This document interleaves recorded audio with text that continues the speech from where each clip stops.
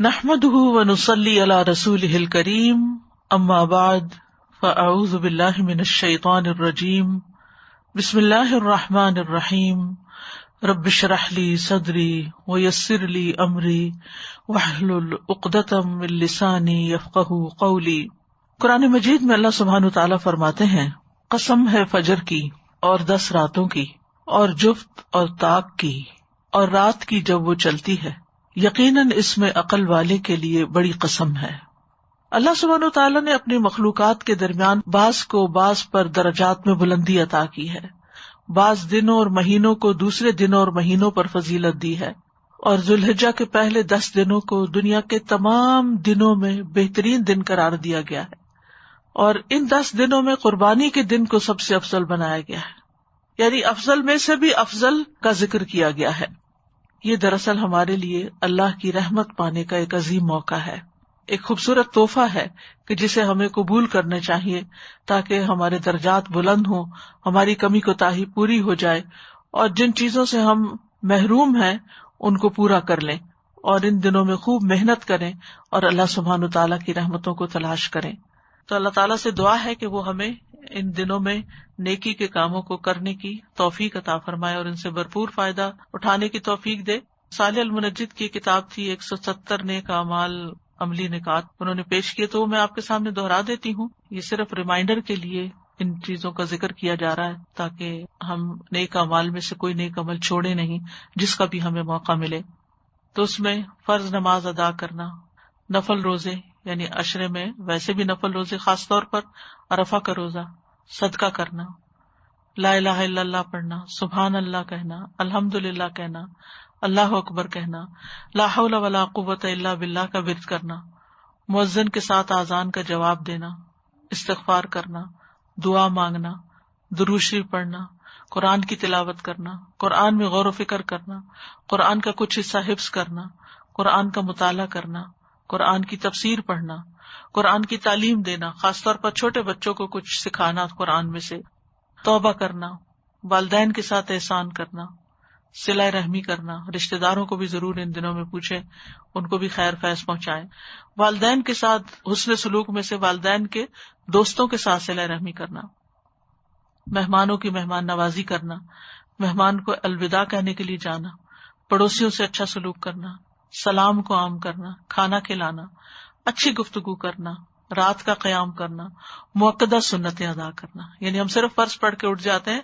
تو ان دنوں میں اپنی عادت ڈالیں، 10 دن اگر ہم انشاءاللہ سنت مؤکدہ بھی پڑھیں گے، جن کے پڑھنے کا فائدہ اتنا ہے کہ ایک دن میں انسان جب یہ ساری سنتیں 12 رکعتیں پڑھتا ہے تو جنت میں ایک محل اس کے لیے بنتا ہے۔ چاشت کی نماز ادا کرنا، صبح شام کے اذکار کرنا، مختلف مواقع کے اذکار، گھر میں داخل ہونے کے، گھر سے نکلنے کے، کھانا کھانے کے، واش روم جانے کے، باہر نکلنے کے، باوضو ہو کر سونا، جمعہ کا غسل کرنا، خوشبو لگانا، جمعہ کے دن جلدی جانا، امام کے قریب ہو کر بیٹھنا، خالی جگہوں کو پر کرنا، صف مکمل کرنا، مسلمان بھائی کو ملتے ہوئے مسکرانا، کیونکہ جمعے میں جائیں گے تو لوگوں کو دیکھیں گے تو اس وقت بیمار نظر نہ آئے۔ پھر اللہ کی کونی نشانیوں میں غور و فکر کرنا، آج کل کتنے خوبصورت بادل باہر نظر آتے ہیں، نیلا آسمان اور سرسبز درخت اور ہوائیں، اور کتنا خوبصورت باہر موسم ہے، جس سے ایک دم توجہ جو ہے وہ اللہ سبحانہ تعالیٰ کی قدرت کی طرف جاتی ہے اور منہ سے بے اختیار سبحان اللہ نکلتا ہے۔ پھر مسلمانوں کی طرف سے ملنے والی تکلیف برداشت کر لینا، کسی نے کوئی بات کر دی، ہرٹ کر دیا تو اس کو پی جائیں، اس پہ صبر کا مظاہرہ کریں، ان کے ساتھ اچھا معاملہ کرنا، یعنی وہ اگر ہمارے ساتھ اچھا نہیں بھی کرتے تو جواباً ان کے ساتھ اچھا سلوک کرنا،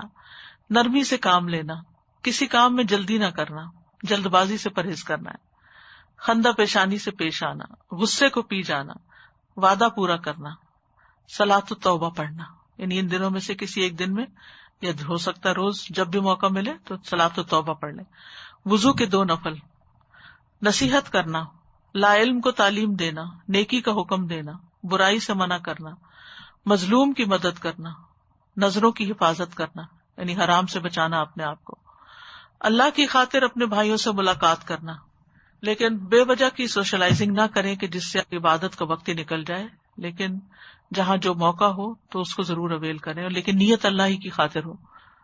جنازوں میں شرکت کرنا اگر ضرورت پیش آ جائے، مصیبت زدہ کو تسلی دینا، کیونکہ یہ ذکر اس لیے کیا جا رہا ہے کہ بعض اوقات یہ ہوتا ہے کہ انسان اپنی عبادت میں اتنا مصروف ہوتا ہے کہ وہ سنتا بھی ہے کہ فلاں کا جنازہ ہے تو وہ کہتا ہے آج میرے تو یہ ٹارگٹ پورے نہیں ہوئے اس لیے میں جنازے پہ نہیں جا رہا. نہیں، اگر آپ ڈیلی وہ کام کر رہے تھے اور ایک دن آپ کو نکل کے جنازے کے لیے جانا پڑا تو آپ کو جنازے کے پڑھنے کا ثواب بھی مل جائے گا، اور اس کام کا بھی جو آپ ریگولیرٹی کے ساتھ کر رہے تھے اس کا بھی ثواب مل جائے گا. مصیبت زدہ کو تسلی دینا، بیماروں کی تیمارداری کرنا، دعوت کو قبول کرنا، غم زدہ کی غم گساری کرنا. اب یہ بیمار اور غم زدہ انسان، ہو سکتا ہے کووڈ کی وجہ سے آپ ان کے پاس نہ جا سکیں، لیکن فون پر تو آپ رابطہ کر سکتے ہیں. ایک نماز کے بعد دوسری نماز کا انتظار کرنا، مساجد میں علمی مجالس میں حاضر ہونا، علماء کا اکرام کرنا، شبہات کا رد کرنا، سنتوں کی اشاعت کرنا، ان لوگوں کی کنفیوژن دور کرنا دین کے معاملے میں، تحفہ دینا، اللہ کا چہرہ چاہنے کے لیے مسلمان سے مصافحہ کرنا، بڑوں کی عزت کرنا، کسی کا قرض ادا کرنا، ضرورت مندوں کو قرض دینا، تنگ دست کو ڈھیل دینا یا اس کا قرضہ معاف کر دینا یا کم کر دینا، مقروض لوگوں کے قرضوں کو ادا کرنے کی کوشش کرنا، محتاج لوگوں کے بل ادا کرنا، اچھی سفارش کرنا، نادم کی غلطی کو معاف کر دینا، جو سوری کرے اس کو معاف کرنا، تکلیف دہ چیز کو راستے سے دور کرنا، خرید و فروخت میں فراخ دلی کا مظاہرہ کرنا. یعنی ہم بعض اوقات بہت بھاؤ تاؤ کرنے لگتے ہیں اور غریب آدمی سے کھینچنے کی کوشش کرتے ہیں تو اس کو ایکسٹرا دینے کی ضرورت ہے. مسلمانوں کے عیوب پر پردہ ڈالنا، یتیم کی کفالت کرنا، بیوہ عورت کے لیے دوڑ دھوپ کرنا، مساجد تعمیر کرنا، خیر کی طرف رہنمائی کرنا، کتابوں کی اشاعت کرنا، نیٹ پر علم کی نشر و اشاعت کرنا، سوشل میڈیا کے ذریعے واز کرنا اور واز و نصیحت سننا، محتاجوں کو قربانی کا جانور دینا تاکہ وہ قربانی کر سکیں، لوگوں کو شادی کرنے میں مدد دینا. یعنی بعض اوقات جیسے غریب بچیاں ہوتی ہیں ان کی شادی نہیں ہو پاتی کہ ان کے پاس جہیز کے پیسے نہیں ہیں یا مہمانوں کو انٹرٹین کرنے کے، تو اس میں بھی مدد کرنا. دو جھگڑے ہوئوں کے درمیان صلح کروانا، نیک لوگوں کی صحبت اختیار کرنا، اپنے سرمائے کو وقف کرنا فی سبیل اللہ کہ وہ آپ کی زندگی میں بھی اس کی آمدنی جو ہے وہ اللہ کے کاموں میں استعمال ہو اور مرنے کے بعد بھی. حج مبرور ادا کرنا اگر اللہ بلائے، اللہ کے لیے محبت کرنا، درگزر کرنا، ہنر مند کی مدد کرنا یا بے ہنر کو کام کر کے دینا، یا لوگوں کی مفت تربیت کرنا یا کوئی ہنر سکھانا، لوگوں کے دلوں میں خوشی داخل کرنا، کھانا کھلانا، یتیم کے سر پہ شفقت کا ہاتھ پھیرنا، ہمیشہ باوضو رہنا، بیٹیوں اور بہنوں کی کفالت کرنا، بیوی بچوں پہ خرچ کرنا، عورت کا اپنے شوہر کے بلانے کو قبول کرنا اور اس کی اطاعت کرنا، گھر کے کام کاج کرنا، مساجد کی صفائی کرنا، پانی پلانا، کسی کے احسان کا شکر ادا کرنا، احسان کرنے والے کو اس کا بدلہ دینا اور اس کے حق میں دعا مانگنا، اللہ کے خوف سے رونا، اللہ سے شہادت کا سوال کرنا، مل کر کھانا کھانا، سفید رنگ کا لباس پہننا، یہ مردوں کے لیے خاص طور پر، سفید بالوں کو رنگنا، اچھی نیت سے پودا لگانا، مسلمانوں کی ضروریات پوری کرنا، مومن مردوں اور مومن عورتوں کے لیے استغفار کرنا. شوہر کو حکم ہے کہ اپنی بیوی کی عصمت و عزت کی حفاظت کرے. پھر دم کرنے میں اللہ سے اجر کی نیت کرنا، یعنی کوئی بیمار ہے دم کر رہے ہیں آپ، اللہ سے اجر حاصل کرنے کے لیے مردوں کی تجہیز و تکفین کرنا، یعنی کسی کو کفن دے دینا، روزہ جلدی افطار کرنا، سحری میں تاخیر کرنا، کسی مسلمان کو نعمت ملنے پر مبارکباد دینا، وصیت کو حق کے مطابق لکھنا، مسلمان کو لباس پہنانا، جوتا پہننے میں دائیں طرف سے ابتدا کرنا، اتارنے میں بائیں طرف سے ابتدا کرنا، بیٹھ کر پانی پینا، اگر کسی کی موت طاری ہو رہی ہے تو اس کو لا الہ الا اللہ کی تلقین کرنا، ہر کام بسم اللہ پڑھ کر شروع کرنا، مسواک کرنے کی شدید خواہش رکھنا، قرض احسن طریقے سے واپس لوٹانا، نماز استخارہ ادا کرنا، سجدہ شکر بجا لانا،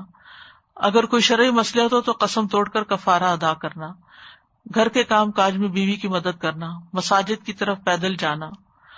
سترے کے سامنے نماز ادا کرنا، خوش الحانی سے قرآن پڑھنا، گھر میں داخل ہونے سے پہلے اجازت مانگنا، جمائی آنے کی صورت میں منہ بند کر کے جمائی روکنے کی کوشش کرنا، قربانی کے جانوروں کو خوب پال کر موٹا کرنا، صبح کی نماز کے بعد سورج نکلنے تک نماز کی جگہ پر بیٹھنا، جو حج کرنے کے لیے نہ گیا ہو وہ بھی قربانی کا جانور خرید کر مکہ کی طرف بھیجے، یعنی یہ بھی ایک نیکی کا کام ہے اگر وہاں کوئی آپ کے بہا پہ قربانی کر سکتا ہے تو. بیوی بچوں کو نماز کا حکم دینا، گھر میں داخل ہونے کے وقت اور گھر سے باہر جاتے ہوئے 2 رکعت نماز ادا کرنا. تہجد کے لیے نیند سے بیدار ہو کر ہاتھوں کو چہرے پر ملنا اور سورۃ آل عمران کی آخری آیات کی تلاوت کرنا. اچھی طرح وضو کرنا. چھینک مارنے والے کو جواب دینا. اگر کسی کو کسی کام کے بارے میں رہنمائی کی ضرورت ہو تو اس کی رہنمائی کر دینا. وتر کے بعد 3 مرتبہ سبحان الملک القدوس کہنا. باوضو ہو کر سونا. خوف زدہ کو تسلی دینا. مسافر کو رات ٹھہرنے کے لیے مقام مہیا کرنا. مساجد کو بخور کرنا، خوشبو لگانا. حج کے لیے جانے والے کے گھر والوں کی اچھی دیکھ بھال کرنا. اسی طرح اگر کوئی جیل میں یا قیدی کسی مجبوری میں پھنسے ہوں تو ان کے گھر والوں کی دیکھ بھال کرنا. مساجد اور دیگر مقامات میں قرآن کے مصحف تقسیم کرنا. علم کی مختلف طریقوں، ویب سائٹس، چینلز، ریڈیو کے ذریعے اشاعت کرنا. علمی لیکچرز اور دروس اور علمی دورے قائم کرنا. نماز عید ادا کرنا. لباس، زیورات اور برتن اور دیگر گھریلو سامان اور ہر وہ چیز جو فائدہ مند ہو لوگوں کو ادھار دینا. فلاحی تنظیمیں اور رفاہی ادارے قائم کرنا، اور اگر آپ ان کے ممبرز ہیں تو اس میں کوئی خدمت کا کام کرنا. جو حج کرنے جا رہا ہو اس کے خرچے کا ضامن بن جانا. طلبہ علم کو کام کاج سے فراغت دے کر، یعنی طالب علم کو کام کاج سے فراغت دے کر ان کا خرچ اپنے ذمہ لے لینا. مسلمان کے بچوں کے لیے مختلف کتابیں اور پروگرام تیار کرنا. علم کو انتہائی دیانتداری سے لوگوں میں منتقل کرنا. مسلمانوں کی عزتوں کی حفاظت کرنا. قرآن سننا، لسننگ بھی. علم سیکھنے اور سکھانے کی خیر اور سیکھنے سکھانے میں حوصلہ افزائی کرنا. انعام دینا، جیسے بچوں وغیرہ کو آپ انعام دے کے ان سے زیادہ کام کرا سکتے ہیں. بچوں کے ساتھ شفقت کا معاملہ کرنا. بھلائی کے موقعوں پر واضح و نصیحت کرنا. امانتوں کی حفاظت کرنا اور ان کو ایز اٹ از واپس کرنا. اللہ سے اجر لینے کی نیت سے بیماروں کا علاج کرنا، یعنی کوئی ڈاکٹر ہے یا ویسے کسی کو کوئی انسان نسخہ بتا سکتا ہے. جانوروں اور پرندوں کے ساتھ احسان کا معاملہ کرنا. تو یہ کچھ نیکی کے کام ہیں جن کا ریمائنڈر دیا گیا ہے. اگر شعوری طور پر ان دنوں میں ہم کرتے ہیں تو اللہ تعالیٰ سے امید رکھتے ہیں کہ وہ ہمیں ذی الحجہ کے بعد بھی انشاءاللہ ان نیک کاموں کی توفیق عطا فرمائے گا. وآخر دعوانا ان الحمد للہ رب العالمین. سبحانک اللہم و بحمدک، اشہد ان لا الہ الا انت، استغفرک و اتوب الیک. السلام علیکم و رحمۃ اللہ وبرکاتہ.